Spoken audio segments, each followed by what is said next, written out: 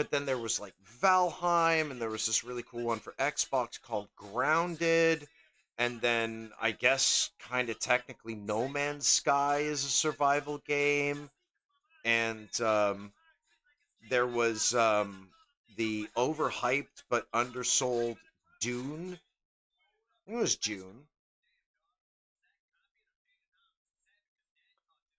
It was just like in the long term, it was half baked for content.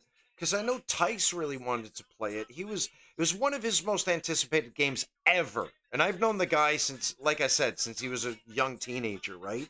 One of his most hyped games ever. He only ended up playing for about a month. Yeah, so that must have been really heartbreaking in the long term. Tice says can't beat a good roguelike though, mate. Keep them coming. Yeah, I think Hades is the best roguelike that I've ever played. Have you guys played Hades? Oh, nice one.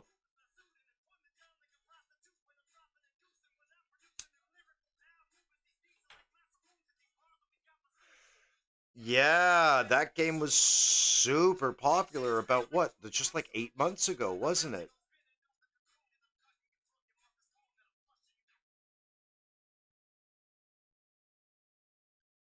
Oh, yes, I have Dead Cells. That's one of my favorite games too. Super challenging, man. Really good game. Same here. The Castlevania crossover is brilliant, and as a matter of fact, if you guys hadn't heard yet, the studio that made Dead Cells is now working on a proper Castlevania game, and it has some of the best platforming, two-dimensional graphics and animations I have ever seen. This game looks really, really good. Lowdown says Dune Awakening is still amazing, but you need to be on it for so long. So I guess they keep that going.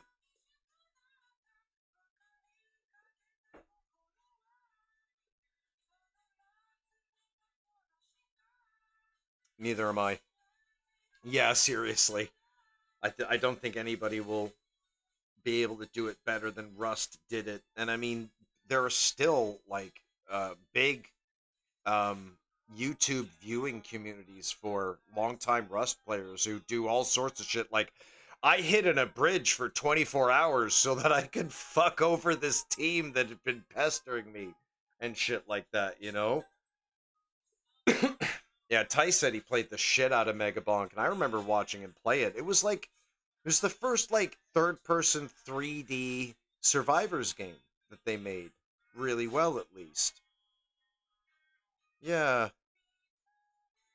Yeah, these are the kind of games that made me wish I had more time to game and that I made less bad choices early in my life. So now that I am at this point in my life, I would have some time to do that. But I have to straighten out my priorities and I have to develop a better life for myself so that life is easy-ish as keep getting older. Yeah, it's life, man. Like I'm at an age where my eyesight's going, you know? I'm sure you guys can relate to me when I say like your parents would say, excuse me, son, can you read the fine print on this medicine bottle for me? And you'd be like, yeah, no problem, it's fucking four eyes, like suck it, you know? Now I can't read the fine print without at least a bright light shining on it, man. And it's life. It's life. It sucks. I used to be able to jump really high. That was like my one claim to athletic fame, right? But I can't jump nearly as high anymore. And there's a heartbreaking aspect to that. But it's not something that keeps you up at night because I don't know, you're taught to expect it. At least I feel like a good good group of parents will do that anyway. Yeah. I don't know, life's funny.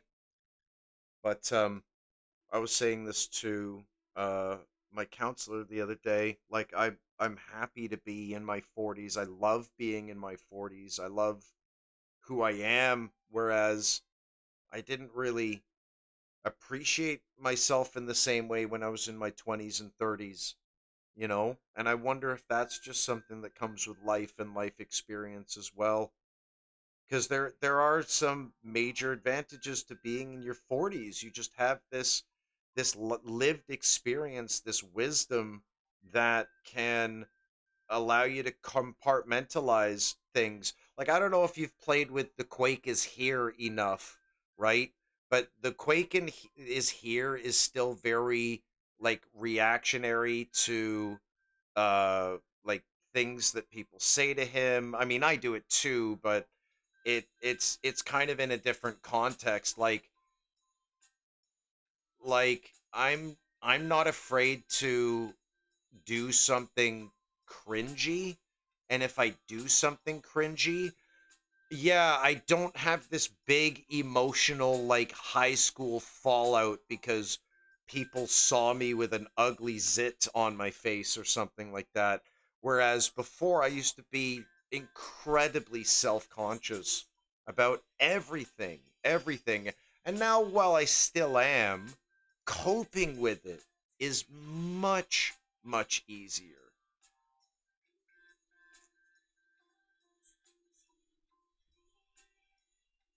And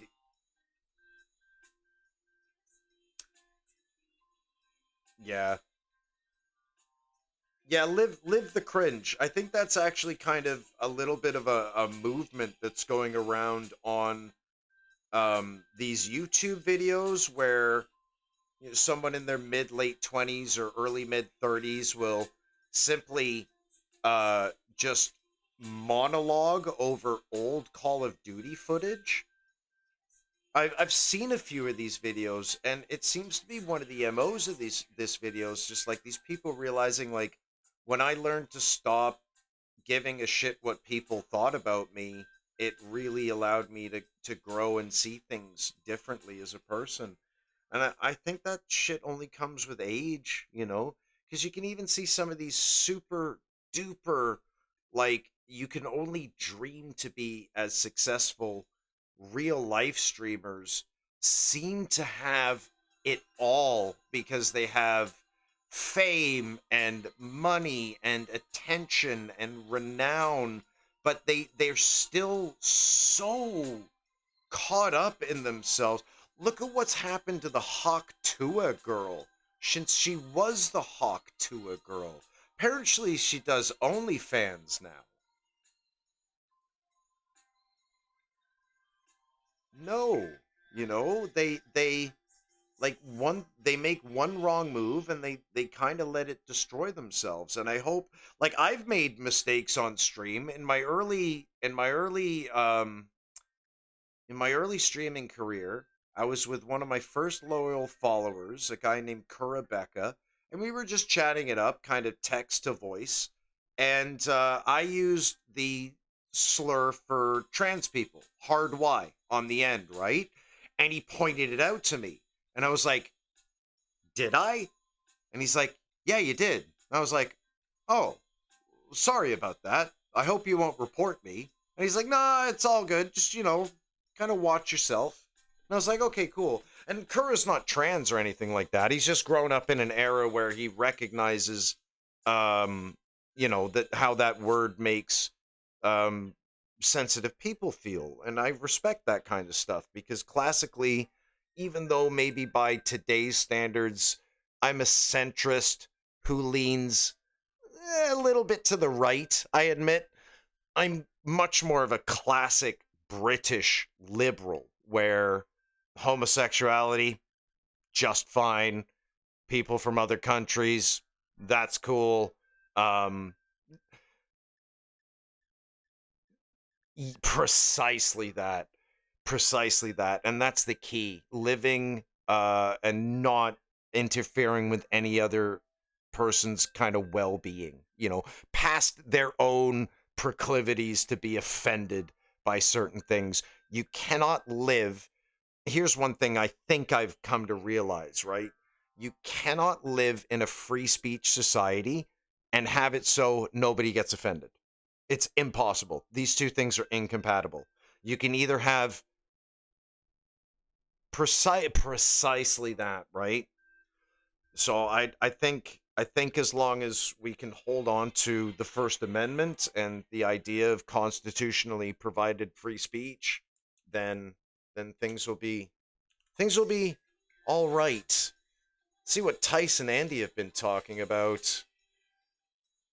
Oh, there's a new pirate themed game. Yeah, Windrose. You guys heard of this Windrose game, which is kind of like a pirate survival game?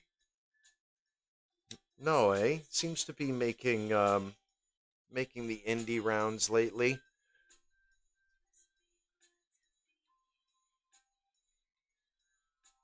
So beautiful experience, but for me was a little too rudimentary and boring.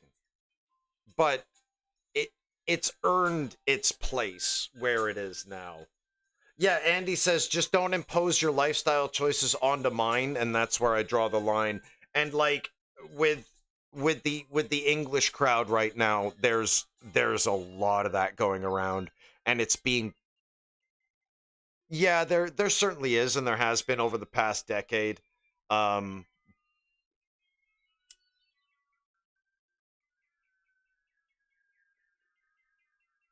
mhm.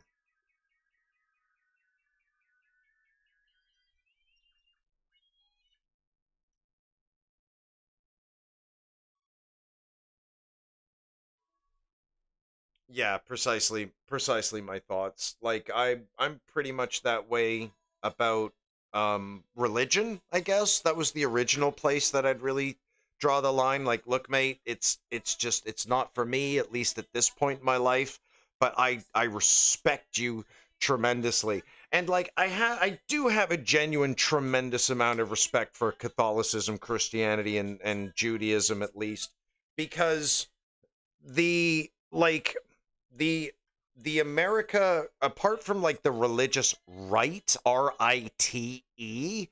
the values that it gave American society are values that I prefer over modern day values. For example, I prefer something like the Ed Sullivan Variety Hour over Cardi B's twerking ass. Right? So, yeah, I don't know.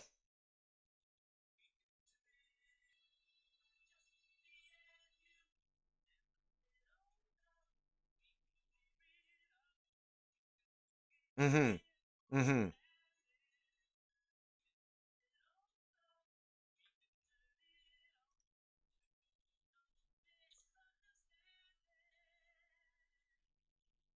I think so too.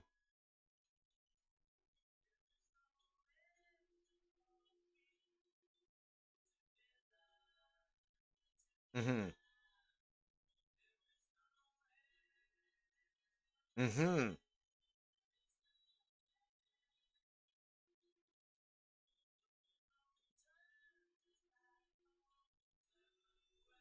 Mhm.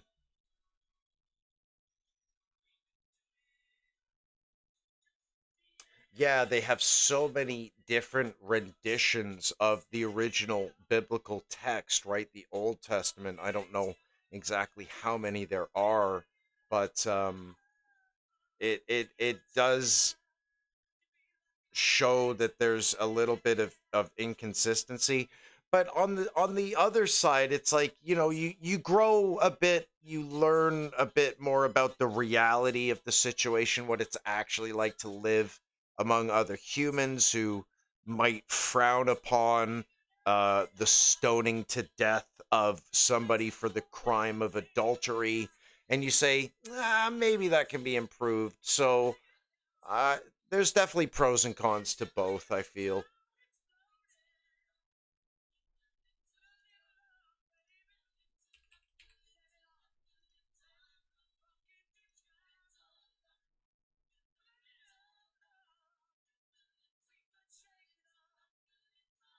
I agree.